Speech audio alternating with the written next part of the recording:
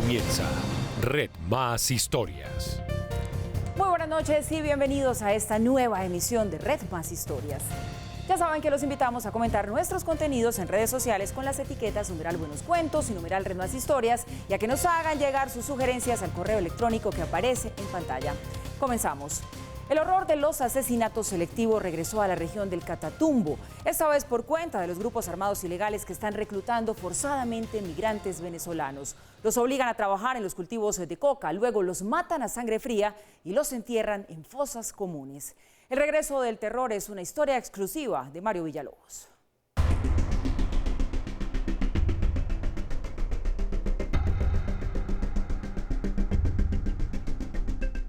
El sueño de huir del desastre humanitario en Venezuela, desafiando el calor, el frío, la noche, la lluvia, el sol, es apenas la cuota inicial de la tragedia que hoy se ensaña con miles de venezolanos.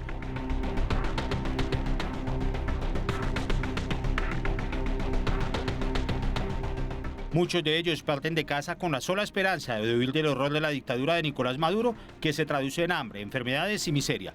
Pero, según las investigaciones en campo en el Catatumbo, desde las mismas calles del vecino país, los buitres del narcotráfico están al acecho. A una persona en Caracas, en una barriada, 23 de enero, Petare, le dicen, mire, yo le consigo que se vaya a Colombia a trabajar, una promesa de trabajo, donde usted va a tener unas condiciones, usted va a tener un salario para poderle mandar a su mamá, a poder mantener a sus hermanos.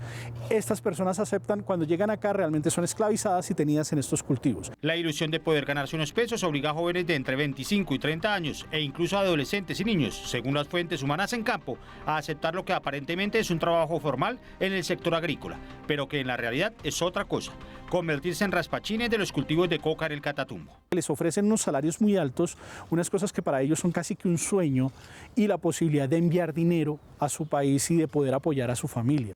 Pero lo que parece ser un episodio más de abuso y explotación laboral tiene un final tétrico. Según el reporte que hicieron algunas personas que fueron testigos, entre ellas trabajadores colombianos de los cultivos, quienes están al frente del negocio ilegal de la coca, deciden asesinar a quienes trajeron de Venezuela para salvaguardar los secretos de la producción y evitar que la fuerza pública los tenga en su radar. En las zonas, por ejemplo, donde hay cultivos de coca, los venezolanos están siendo instrumentalizados para convertirse en raspachines, y lo más triste de esto es que muchos de ellos son prescindibles, como lo han calificado algunos de estos grupos. Entonces yo cojo a un venezolano, lo llevo a raspar coca, pero en lugar de pagar, decido prescindir de él y asesinarlo.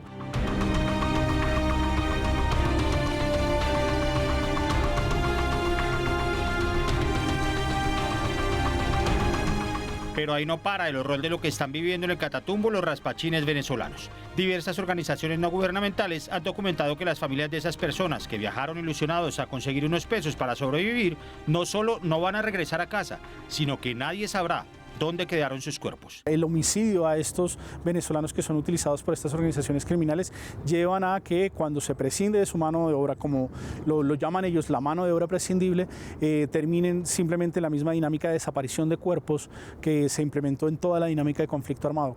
Se construye en la dinámica de las fosas donde los ciudadanos venezolanos quedan desaparecidos y sus familias nunca los reportan. Es decir, su familia no sabe si está en Colombia y en qué parte de Colombia, o si está en otro país. O sea, fosas comunes como lo que pasó en su momento con los falsos positivos. La horrible noche de las fosas comunes está de regreso, solo que en esta ocasión no habrá madres ni colectivos de víctimas reclamando la recuperación de los restos de sus seres queridos, porque los amos del oscuro negocio del narcotráfico incomunican a los venezolanos que llevan a trabajar una vez cruzan a Colombia por las trochas.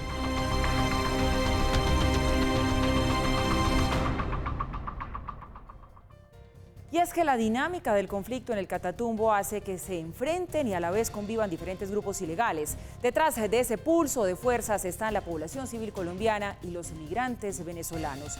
Al lado y lado de la frontera están pasando cosas terribles, cuya dimensión nadie puede calcular. Mario Villalobos nos trae Tierra de Nadie.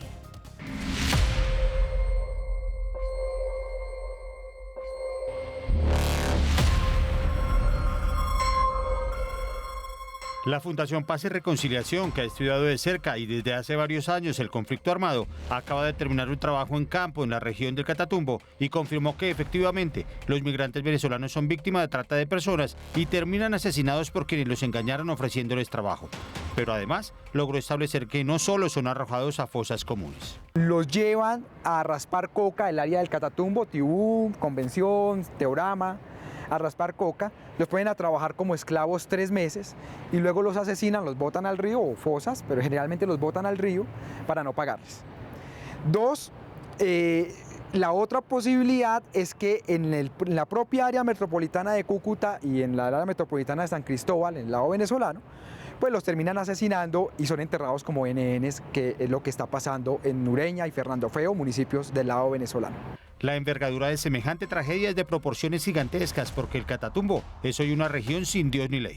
La presencia de diversos grupos al margen de la ley que se disputan el control de los corredores del narcotráfico genera una zozobra permanente, no solo a los colombianos que viven allí, sino a los migrantes que son presa fácil en medio de su desespero por huir de la crisis que vive Venezuela. En toda la frontera colombo-venezolana, los más de 2.000 kilómetros que hay desde La Guajira hasta Vichada, hay más o menos 24 organizaciones criminales que hacen presencia, disidencias de las FARC, ELN, que fue el informe de hace unos días de la Human Rights Watch, el Clan del Golfo, y un montón de estructuras venezolanas como los Pranes o los mercenarios, etcétera, que se están en esa disputa. Pero hay una realidad todavía más terrible. Del lado colombiano de la frontera, en la región del Catatumbo, la fuerza pública y el gobierno trabajan sin descanso para tratar de contener el crimen y el narcotráfico.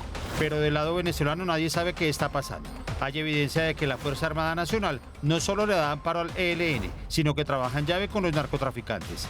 Quienes han logrado entrar aseguran que se trata de algo parecido al lado oscuro de la galaxia. Todo el mundo se está beneficiando de esto, o sea, el ELN, el EPL, el Clan del Golfo y los grupos locales, todo el mundo está creciendo. Entonces es un gran problema en el que nadie sabe las magnitudes. Sus tentáculos se han extendido incluso a las mismísimas goteras de Cúcuta y a varias poblaciones intermedias del estado Táchira, limítrofe con Colombia. Detrás de la tragedia de la migración por razones humanitarias, todos pescan en río revuelto, desde los narcos hasta la guerrilla, pasando por la delincuencia organizada. Muchos de esos muertos terminan del lado venezolano, donde la institucionalidad está muy fragmentada. Digamos, aquí en Colombia nos enteramos parcialmente y hay una institucionalidad más o menos sólida, puede ser corrupta, criticable y todo, pero sólida. Del lado venezolano no hay nada. Entonces el gran problema es que las cifras o lo poco que se sabe está del lado colombiano. Del lado venezolano puede ser peor, pero otra vez nadie sabe los temas de magnitudes y nadie entra allá. Los migrantes venezolanos que entran por muchas de las 220 trochas de la frontera están expuestos tanto en Venezuela como en Colombia. Y algunos creen que en el vecino país estarían retornando las más degradantes prácticas de la época del paramilitarismo. Colombia es un país que olvida muy rápido, pero los niveles de sevicia en los homicidios en esa zona de norte de Santander son terribles. No olvide usted que en Juan Frío, a 20 minutos de Cúcuta, estaban los hornos crematorios de alias El Iguano, este comandante paramilitar. Cuando mataban y mataban tanta gente ya no cabían en el río, entonces los paramilitares crearon unos hornos crematorios y crearon fosas comunes. Eso se calmó la situación y ahorita esas prácticas vuelven, porque muchos de esos exparas son los que están en esos grupos. En medio de semejante riesgo y con una frontera permeada por el narcotráfico, los expertos aseguran que lo peor de todo este drama no es solamente el asesinato de migrantes venezolanos, sino que nunca se podrá establecer de qué tamaño es la masacre que está pasando al lado y lado de la frontera. ¿Cuál es la diferencia esta vez? Que pareciera que las magnitudes son muy grandes. Es decir, que estaríamos como en la primera ola de violencia paramilitar, que fue ese año 2000, 2001, que eran decenas de muertos, en ese caso colombianos, pero esta vez como son indocumentados nadie sabe, pero lo que sí todo indica es que las magnitudes son muy altas.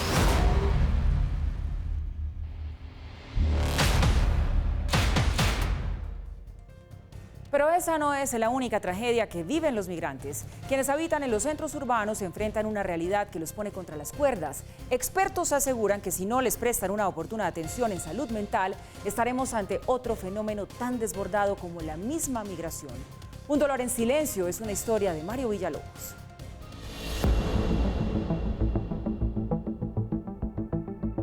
A Lisbeth nadie le roba la sonrisa, pero tampoco nadie le quita la zozobra. Es un poquito difícil porque a veces hay mucho odio de que le robamos el trabajo a los demás, pero no robamos nada, simplemente estamos buscando las mismas oportunidades que puede buscar cualquier colombiano que se va a Estados Unidos. A Juan Antonio Morillo lo anima la idea de reencontrarse con sus 5 hermanos regados en 5 países, pero no puede ocultar una tristeza que le rompe el alma. Y vernos solamente por hoy en día que son redes sociales o sencillamente, no sé, videocámaras y eso, o sea, es como que verlos crecer de lejos, a eso me refiero. Pero para los expertos, esa abnegación con que le ponen el pecho a la brisa esconde realmente una bomba de tiempo que tarde o temprano va a explotar.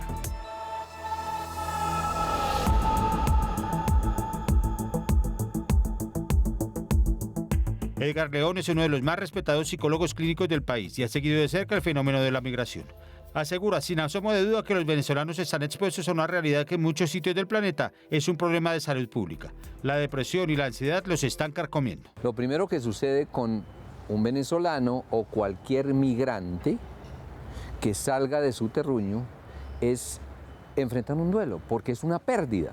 Estar lejos de casa ya es un problema, pero tener que rebuscar cómo conseguir el dinero para sobrevivir y enviar a Venezuela, donde sus familias viven un drama igual o peor, constituye un reto que pone al límite a cualquier migrante. Con una característica aún más recia, dura, y es la gran incertidumbre de si lo voy a lograr o no lo voy a lograr, de si voy a volver o no voy a volver, de si existe la posibilidad de traerme yo la familia o no traerme la familia. Para los expertos es claro que los venezolanos tienen un poder de adaptación gigante al cambio y que el deterioro progresivo de la situación de su país significó una especie de preentrenamiento para lo que viven ahora.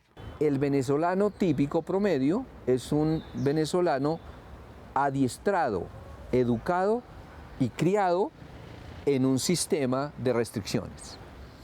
Si eso lo vemos desde un ángulo afuera, pues nos parecería grotesco.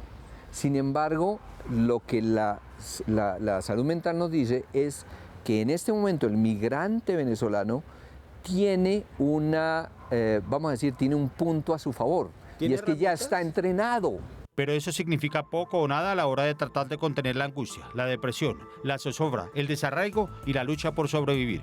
Los expertos son claros, los migrantes necesitan una atención psicológica completa y urgente. Y entramos a un área que en salud mental llamaríamos depresión. Depresión combinada con muchos factores de tensión, de estrés, y se conforma una entidad que hace muchos años no se diagnostica en salud mental, que se llama el surmenage. Cuando tú sufres de unos síntomas de surmenage, es una combinación entre ansiedad y depresión, lo que hace que tú biológicamente quedes absolutamente en ceros. De lo contrario, su situación podría empeorar el ya muy grave problema que viven miles de personas que hoy combaten contra los males del espíritu y de la cabeza.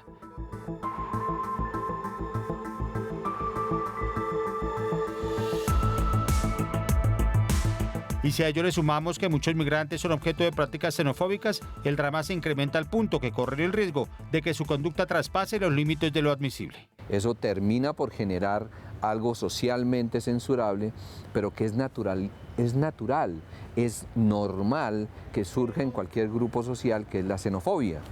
Y ya sabemos el tema de la xenofobia, cómo se representa. Lo único cierto es que mientras callan y siguen mirando para enfrente, los migrantes venezolanos siguen remando, porque son la viva muestra de que nadie se equivoca cuando entona su himno. Gloria al bravo pueblo que el yugo lanzó, la ley respetando la virtud de honor. Cientos de miles de migrantes venezolanos se han vinculado a la fuerza laboral del país. Acá intentan sobrevivir y envían dinero a sus familias, pero según los expertos, en algunos casos terminan siendo víctimas de la explotación, además de la falta de oportunidades en un mercado cada vez más competido. ¿En qué trabajan y qué hacen? Mario Villalobos nos trae Manos a la Obra.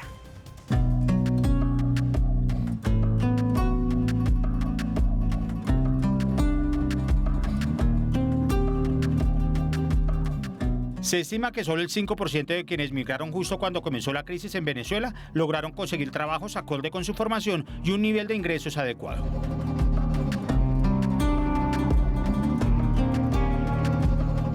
Pero es claro que hay actividades como la ingeniería y la medicina que no se pueden ejercer libremente en Colombia, pues esos profesionales de alto perfil y formación no tienen cómo convalidar sus títulos y terminan empleándose en puestos de trabajo para los que están sobrecalificados. Y eso está generando un cuello de botella donde profesionales de muy alta calificación quedan sin la posibilidad de ejercer sus oficios y tienen que o trabajar por menos o trabajar en condiciones no aptas o incluso dedicarse a otras labores que les permitan cubrir o dar la dinámica de la supervivencia. ¡Y ya cayó!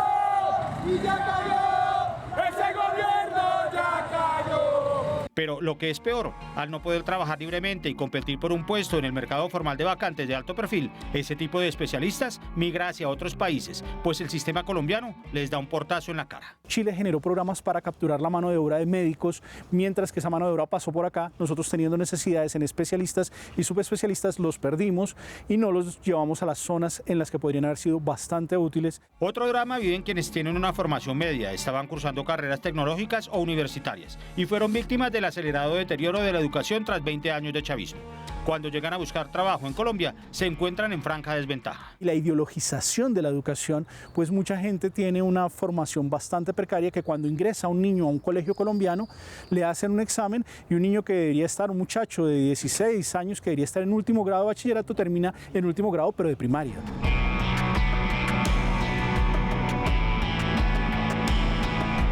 Esa mano de obra calificada o que estaba en formación pero que no se vincula al aparato laboral colombiano de manera formal, genera, según los expertos, no solo un escenario de explotación, sino que la economía nacional pierde la oportunidad de aprovechar su presencia y talento para combatir males crónicos. De hecho, nos ayudarían a nuestra bomba pensional, sería una mano de obra que podría levantar todo el cambio demográfico que tiene Colombia, podría ayudar a que los colombianos retrasemos la dinámica de la crisis en materia pensional. Pero hay un escenario todavía más dramático, el de miles de venezolanos que se la rebuscan a diario, vendiendo lo que sea, cantando en Transmilenio, haciendo domicilios o como informales.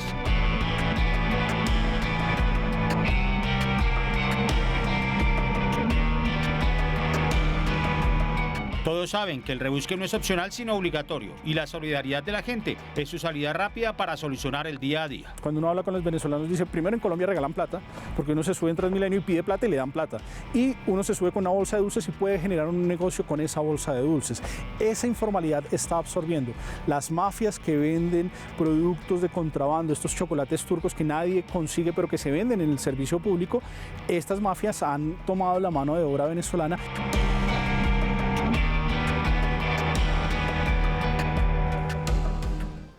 Hacemos una breve pausa. Sigan enviándonos sus comentarios a nuestras redes sociales con las etiquetas numeral Buenos Cuentos y numeral Red Más Historias y todas sus sugerencias al correo electrónico que aparece en pantalla. Al regreso, la historia del pintor que inmortalizó la época más aciaga del Magdalena Medio.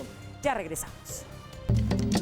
Es ahí cuando tomo la decisión de empezar a trabajar todos estos temas, ¿no? Básicamente porque me tocó vivirlo. Y porque de cierto modo es un trabajo de reivindicación a todas las familias en Colombia. Gracias por continuar con nosotros. El Magdalena Medio es una de esas regiones donde el conflicto armado dejó una huella imborrable. La zozobra por la presencia de los grupos al margen de la ley fue plasmada por un hombre que se atrevió a contar con sus pinceles lo que muchos callaron por décadas. Eduardo Higgins conversó con él y nos presenta el lienzo de las heridas.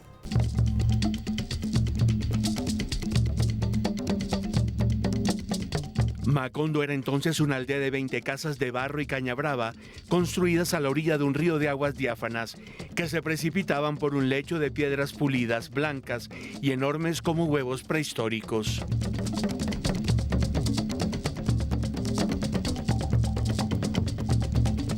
Isaír García también creó las aguas del río Magdalena, tan cristalinas como el acero inoxidable. Este material se asemeja mucho, de cierto modo, al río en ciertas horas del día, ¿no? Entonces, digamos que es una bella metáfora que el material termina siendo. No obstante, esta vegetación, en apariencia verde y apacible, es el escondite de un mundo raro, de trazos violentos e inhumanos.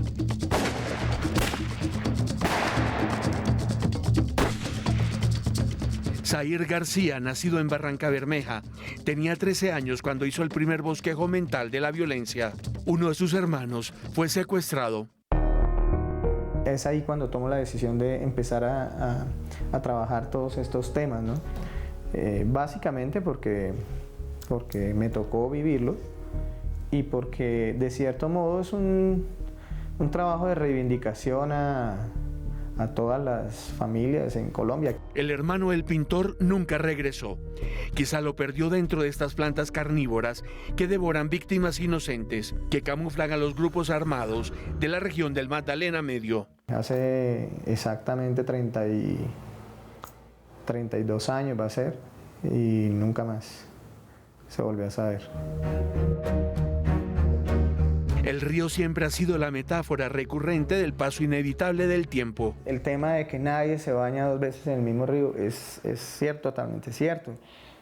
El río trae cada día su devenir. Y si bien las aguas del río no son las mismas de ayer, los pueblos ribereños que pinta Zahir García son barcos anclados en el olvido. Están enquistados, como dices, en una situación muy particular de mucha pobreza, de mucha necesidad.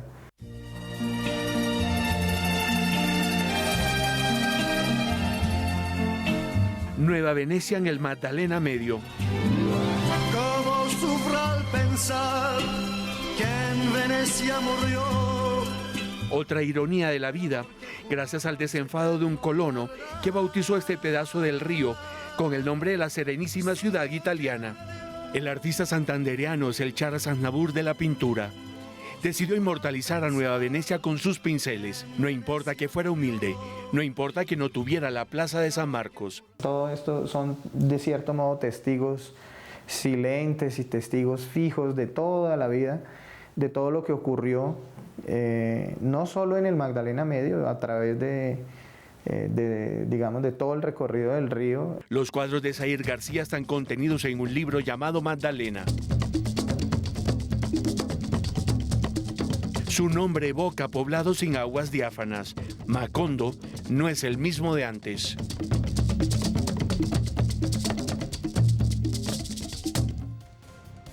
Hacemos una nueva pausa, recordamos las etiquetas con las que pueden seguir comentando con nosotros a través de nuestras redes sociales. Numeral Nuevos Cuentos, numeral Red Más Historias y nuestro correo electrónico que tienen en pantalla.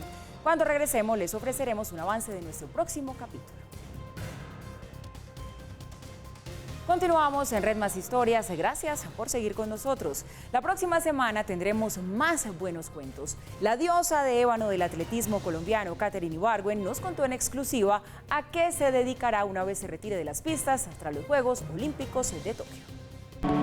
Tengo una maestría en lo que es administración. Sería tratar de facilitarle la vida a todo el deportista, a todos los jóvenes que lleguen. Sería tratar de enseñarles que se enamoren de lo que es el deporte, facilitarles la vida, poder que adquieran cosas buenas a través del deporte, como una buena educación. Momento de decirles hasta pronto e invitarlos a que nos acompañen el próximo fin de semana en este mismo espacio a las 8 de la noche en los canales 1007 en señal HD y 107 en señal análoga de Claro. Recuerden nuestras etiquetas, numeral Buenos Cuentos, numeral Red Más Historias y nuestro correo electrónico para que interactúen con nosotros y nos dejen saber sus sugerencias y sus comentarios. Soy Paula García y esto es Red Más Historias. Buenos Cuentos.